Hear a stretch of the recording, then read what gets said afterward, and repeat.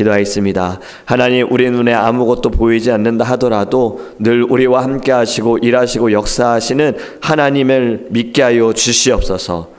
하나님의 말씀 위에 서서 믿음 위에 서서 하나님, 저희들은 믿음으로 나아가기 원합니다. 믿음으로 일어서기 원합니다. 아버지 하나님, 우리 안에 강한 믿음을 주셔서 연약합니다. 부족합니다. 하나님의 말씀을 들을 때마다 우리의 믿음이 크게 하소서, 자라게 하소서, 거룩하게 주님 인도하여 주시옵소서.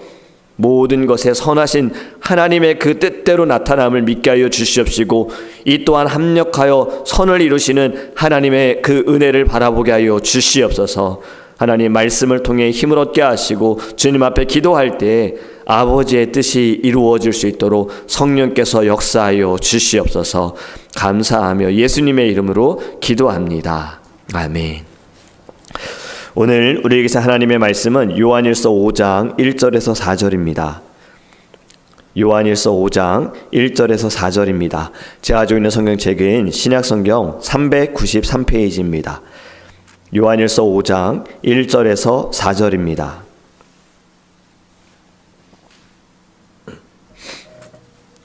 요한일서 5장 1절에서 4절입니다. 우리 함께 읽도록 하겠습니다. 예수께서 그리스도이심을 믿는 자마다 하나님께로부터 난 자니, 또한 낳으신 이를 사랑하는 자마다 그에게서 난 자를 사랑하느니라. 우리가 하나님을 사랑하고 그의 계명들을 지킬 때에 이로써 우리가 하나님의 자녀를 사랑하는 줄을 아느니라. 하나님을 사랑하는 것은 이것이니 우리가 그의 계명들을 지키는 것이라. 그의 계명들은 무거운 것이 아니로다. 무릇 하나님께로부터 난 자마다 세상을 이기느니라. 세상을 이기는 승리는 이것이니 우리의 믿음이니라. 예수께서 하나님의 아들이심을 믿는 자가 아니면 세상을 이기는 자가 누구냐. 아멘. 요즘 점점 이슈가 되는 것이 바로 화입니다. 화라는 단어가 굉장히 이슈가 되고 있어요. 미국에서도 한국에서도 이 화를 주체하지 못해서 좋지 않은 일들이 계속해서 일어나고 있지요. 어제도 미국에 안타까운 일이 있었습니다. 텍사스에서 총기 사건이 있었지요. 8시간 동안 한 사람이 돌아다니는 사람들을 쏘고 해서 지금 3명이 죽은 걸로 알고 있고요. 또 몇 명의 부상자가 있는 걸로 알고 있어요. 그런데 또 다른 라스베가스에서도 또 역시 총기 사건이 있다라고 들었습니다. 하루에만 지금 이러한 일들이, 우리가 아는 것이 이러한 일들이 있다라는 거예요. 그리고 또 한 할아버지가 손자를 데리고 아침 산책을 하고 가고 있는데 어떤 남자분이 와가지고 지나갔다가 이분을 주먹으로 때려서 할아버지도 쓰러지고 유모차 있는 아이도 쓰러지는 일도 있었어요. 이유는 모릅니다. 그런데 이러한 일들이 계속해서 나타나는 이유, 전문가들은 바로 그 화를 다스리지 못하기 때문에, 화를 그들이 감당하지 못하기 때문에 우발적으로 또는 계획적으로 범행을 저지른다라는 겁니다. 사회적으로 볼 때 마음에 들지 않는다, 내 생각대로 되지 않는다 하여서 안 좋은 모습을 보여주고 있는 거죠. 저는 이러한 모습들이 우리가 세상에 지고 있는 모습은 아닌가 생각을 합니다. 많은 사람들은 그냥 세상을 따라가고 있는 거예요. 여러분, 우리가 이 세상을 따라가는 것이 맞다라고 생각을 하십니까? 우리 믿는 사람들은 거룩하다라고 말하잖아요. 하나님께서도 말씀하시기를 나도 거룩하니 너희도 거룩하라 말씀하셨습니다. 거룩하라는 이 뜻이 무엇입니까? 구별된다라는 거죠. 분별되어진다라는 거잖아요. 그런데 이 거룩함이 없어진 거죠. 이 세상에 하나님을 예배하는 자들, 교회와 주님의 자녀들도 구별되지 못하는 거예요. 그냥 세상 사람들이 볼 때에도 다 같이 보여지는 거죠. 여러분, 세상의 이치대로 순리대로 살아가는 것, 이것이 맞을까? 그렇지 않습니다. 우리는 세상과 구별되어진 삶을 살아야 합니다. 세상을 이기는 삶이 아니라 더 나아가 세상을 다스리는 삶, 세상을 변화시키는 삶을 살아야 할 줄 믿습니다. 오늘 본문이 우리에게 가르쳐주고 있는 것은요, 세상을 이기기 위해서 어떻게 살아야 하는가를 가르쳐주고 있어요. 첫 번째가 바로 하나님의 말씀대로 살아가라라는 겁니다. 세상의 순리대로 살아가라고 성경은 말씀하지 않습니다. 왜냐하면 세상의 순리대로 살아가는 것은 무엇이 진리인지를 모를 때가 있기 때문이에요. 시간이 지나면 무엇이 진리였는지 이것이 또 맞는 것인지를 모를 때가 있어요. 법을 우리가 진리라고 말할 수 있습니까? 법도 자고 일어나면 바뀌는 게 법이잖아요.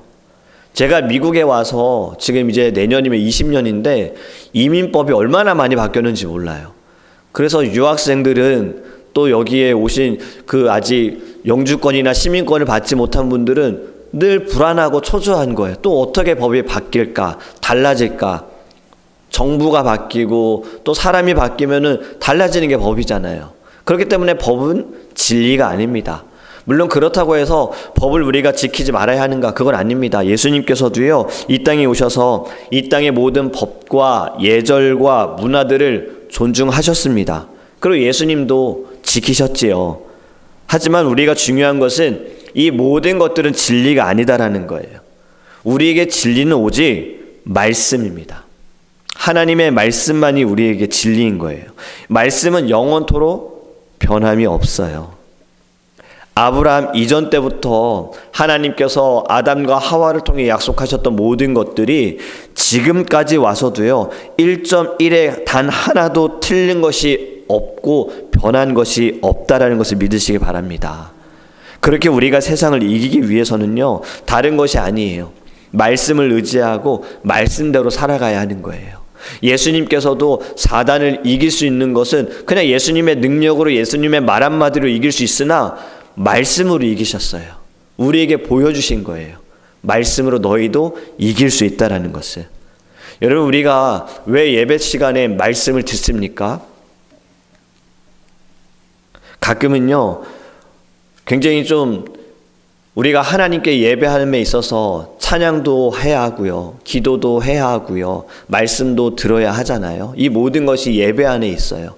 그런데 어떠한 분들은 찬양이 더 중요하다, 말씀은 너무 길면 안 된다, 말씀은 짧아야 한다, 이렇게 얘기하는 분도 있고요. 또 어떤 분들은 찬양을 줄여야 한다, 말씀이 길어야 한다, 뭐 이렇게 말씀하시는 분들도 있는데 사실 다 중요합니다. 왜냐하면 하나님께서는 우리를 통해 찬양받기 원하셔서 우리를 지으셨다라고도 이사야서에 말씀하고 있고요. 그렇다고 말씀 무시해서 되느냐? 아닙니다. 하나님께서 우리에게 하나님의 뜻을 보여주는 것은 결국에 말씀이거든요. 찬양만 해서 은혜 받을 수는 없어요. 물론 예배에 중점을 둬야 한다면 말씀이지요. 왜냐하면 찬양도 기도도 때로는 우리의 마음이에요. 때로는 사실 위험한 건데 우리의 감정이 있을 때가 많아요. 내가 정말 힘들 때에는 찬양이 은혜가 될 때가 있어요. 그런데 내가 답답할 때에는 찬양이 들리지도 않을 수 있어요. 기도도 마찬가지죠.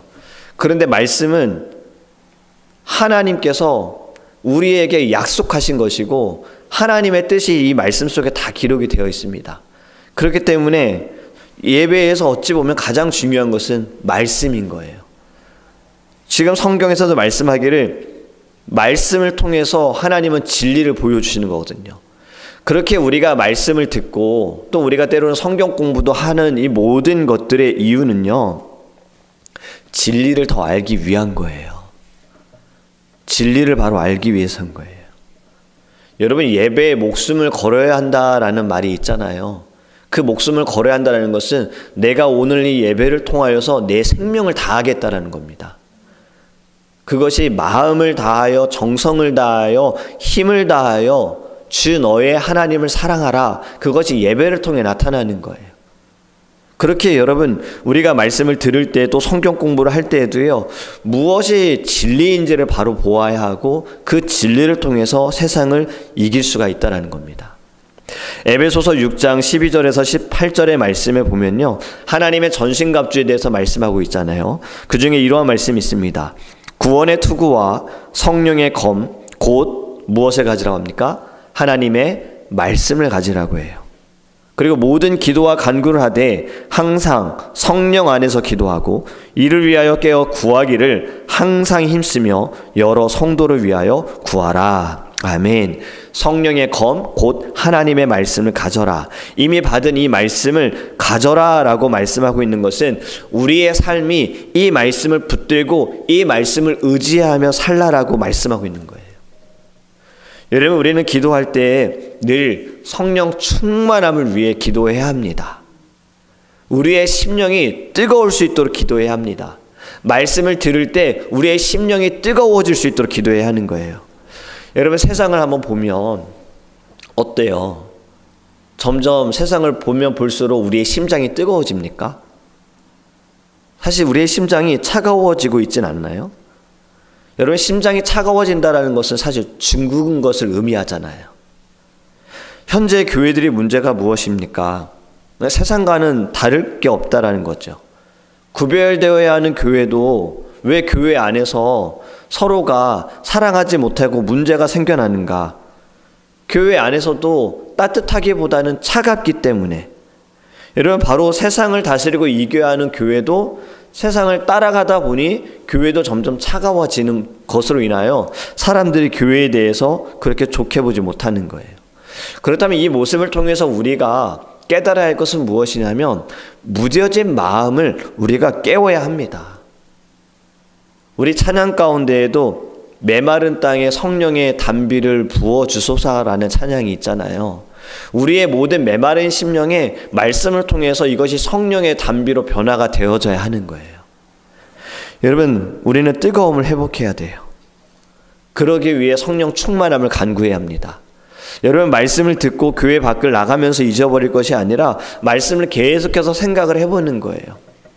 그리고 그 말씀대로 내가 살아가겠다라는 결단이 우리 안에 있어야 합니다. 그럴 때 성령께서 우리를 변화시켜 주실 줄 믿습니다.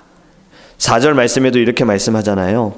무릇 하나님께로부터 난 자마다 세상을 이기느니라. 세상을 이기는 승리는 이것이니 우리의 무엇이라고요? 믿음이니라. 아멘. 여러분, 우리는 하나님께로부터 난 자임을 믿으시기 바랍니다. 우리는 세상으로 난 자가 아니에요. 그렇기 때문에 하나님으로부터 난 자들은 세상을 이기고 세상을 다스려야 하는 거예요. 그 세상을 이길 수 있는 방법은 믿음밖에 없다는 겁니다. 오늘 우리가 불렀던 찬양처럼 이 눈에 아무 증거 아니 배워도 내 눈에 보이지 않고 내 귀에 들리지 않는다 하더라도 믿음만을 가지고 나아가게 하여 주소서. 이것이 우리의 기도가 되어야 할 줄 믿습니다. 여러분, 믿음이 모든 것을 이깁니다.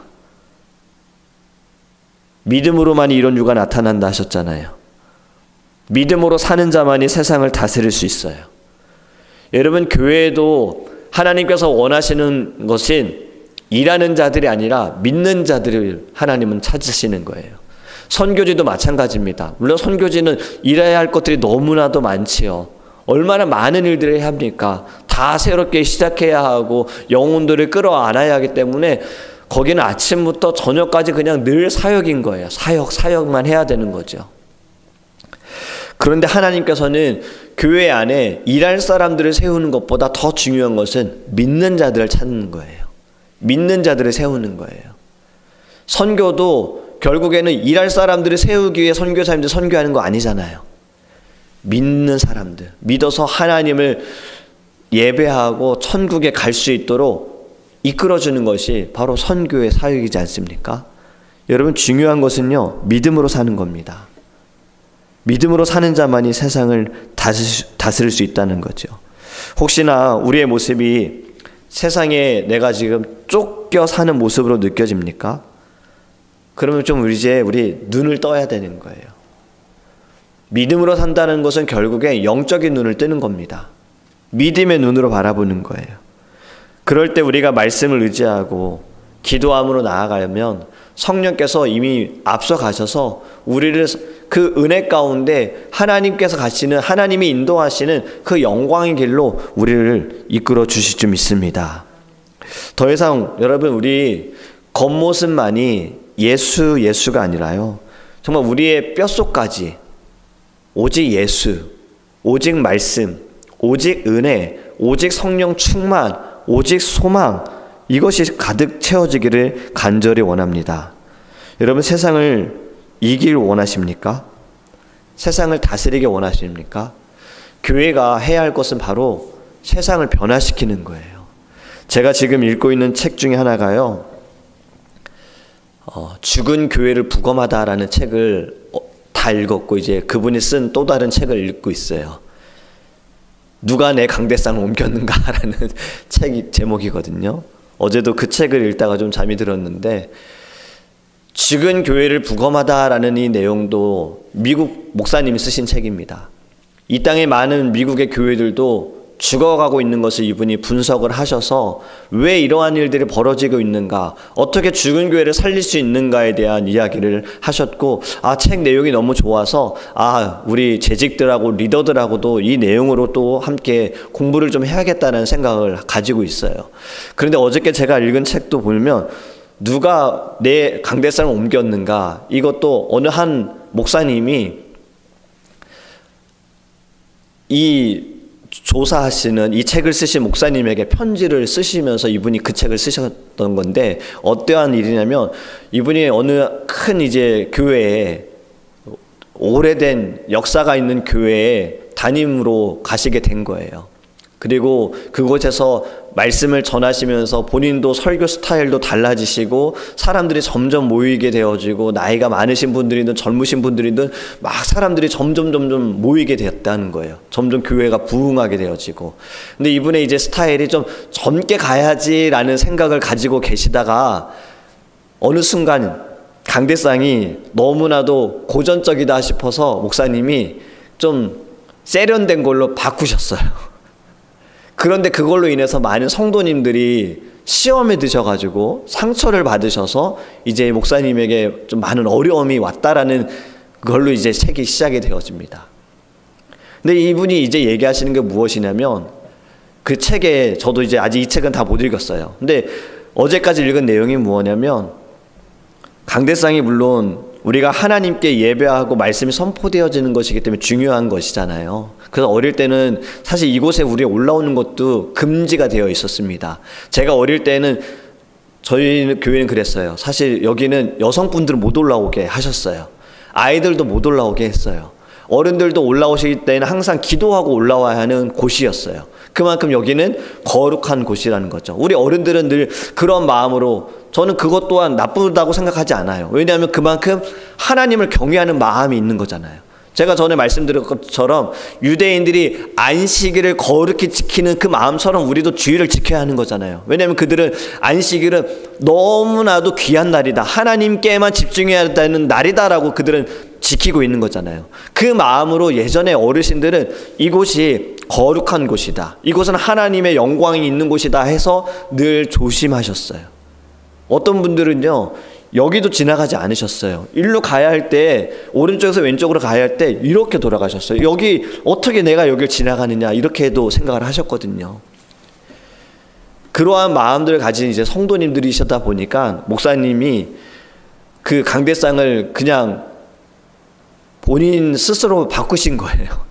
그것으로 인해 많은 분들이 상처가 된 거지요. 이제 이 책에서 말씀하고 있는 거는, 일단은 너무 급했다라는 이야기와 함께, 두 번째는 물론 이 강대상이 중요한 곳이지만 때로는 너무나도 이곳을 우상으로 생각할 수도 있다라는 거죠. 그게 무슨 말이냐면, 가장 중요한 것은 선포되어지는 말씀이지 단상은 아니다라는 말을 합니다. 여러분, 십자가도 마찬가지입니다. 우리는 십자가를 볼 때 누구를 떠올려야 하죠? 예수 그리스도를 떠올려야 하는 거잖아요. 그런데 이 십자가 자체에 능력이 있다고 믿으면 그것도 우상이 되는 거잖아요. 그것이 이제 예전 중세시대에 우리가 보는 모든 성화들, 거룩한 그림들, 성물들, 거룩한 모든 것들에 대해서 너무나도 거룩하게 여기다 보니 그거를 신상하게 되어지는 게 이제 문제가 됐잖아요. 신상시하는 거, 이것도 그러면 신처럼 느껴지는 거예요. 그렇게 되어져서는 안 된다라는 것을 우리가 좀 생각해야 한다는 것을 말씀을 드리는 거예요. 제가 이 말씀을 드리는 것은요, 우리가 살아가면서 가장 중요한 것이 무엇인지를 깨달아야 하는 것인데, 정말 다 중요할 수 있지만 정말 중요한 것은 말씀이다라는 겁니다. 하나님의 말씀이다라는 거예요. 그 어떤 것도 지난 주일에도 2주 전에도 말씀드렸잖아요. 교회 안에 우리가 깨달아야 하는 것은 무엇이 본질이냐, 무엇이 비본질이냐. 비본질적인 것에 너무 마음을 쏟다 보면 본질적인 것을 잊어버릴 수가 있다는 거죠. 그렇게 우리는 오늘 주신 것처럼 세상을 이길 수 있는 방법, 교회가 거룩하여 줄 수 있는 것은 오직 말씀밖에 없습니다. 저도 이제 2024년을 준비하면서 하나님께 기도하고 여러 책도 읽고 준비하고 있는데 저에게 주신 말씀도 무언가를 하는 것보다 중요한 건 말씀인 것 같아요. 말씀으로 양육하고 말씀으로 우리가 나누고 우리 안에 말씀으로 살아나는 것. 그리고 또 제가 뭐 이것저것 하는 것보다 제자 훈련, 그것도 그냥 말씀을 심어주는 거죠. 재직들, 직분자들, 일하는 모든 분들도 먼저 말씀으로 세워야겠다. 그냥 일을 좀 하시니까, 일을 하실 것 같으니까 그래서 일꾼을 세울 것이 아니라 말씀을 먼저 먹여야겠다. 말씀을 잘 먹는 이들이 일을 해야 되는구나. 왜냐하면 말씀을 먹지 않고 일을 하게 되어지면 다 그냥 노동인 것이고 에너지 낭비이고 시험밖에 들진 않는 거예요. 말씀을 잘 먹는 이들이 주의 일을 해야 합니다. 그럴 때 하나님께서도 기뻐하시고요. 그럴 때 열매가 있는 거예요. 그렇게 여러분, 우리가 오늘 요한일서 5장은 세상을 이기는 믿음에 대해 말씀하지만 이 말씀은 나도 이길 수 있습니다. 그 말은 내 자신도 변화시킬 수 있다라는 거예요. 내 자신도 달라질 수 있다라는 거예요.